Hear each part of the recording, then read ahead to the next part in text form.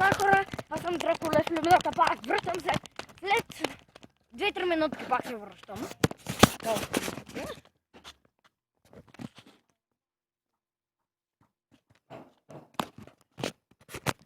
Ето. Сега ще разведа и с другите къщи по улицата. И не се тръвайте, колата зад мен няма да дойде към мен.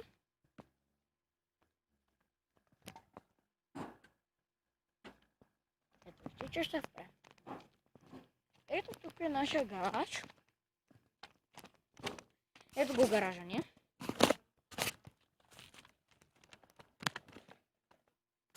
Това е къщата на един дядо Генчо.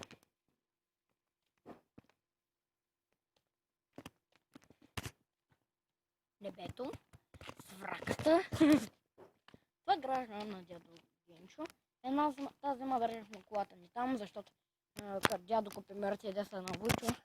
Вучо го купите, ама горе, че дядо плати, защото Вучо прати пари, пък дядо го купи. Тук е дядо Любо. Ето го, ако виждате. Здрасти! Тука! Да! Да. Какво? Окей. Какво, мамо? Не, мама, не ви разбрах, хора. Да. Там е старото училище. Къде дядо ми работи. Работил. Е учил до 7 клас. 8 ли беше, 7 ли беше. Да, знае, като се приближи, изглежда на пиксели. Това е къщата на един човек. Добре, името. Това е къщата на баба Вики. Къщата на дядо Ваню, къде живи изключително сладкото Сашенци, който е и в Русе. А пък тук е къщата на проклятието. Поне аз така я наричам, да? Човек къща е дадена от духове. Това е мястото, локвата. Лъквата, която вече е изсъхнала. Ако искате, бих могъл да ви разведа и цялото него.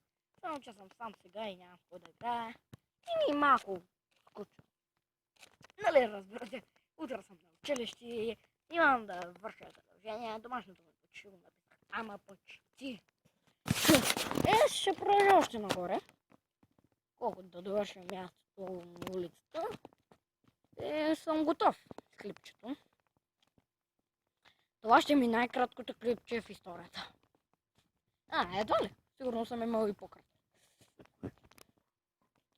Прати и преси, да знаеш, намирам време да ги пускам клипчетата.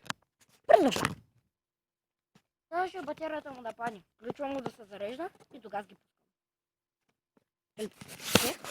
И пускам след като, докато се зарежда. За съжаление бях до тук. Хора, това беше за днес. Очаквайте ме и следващото клипче, където ще ме видите пак. Чао!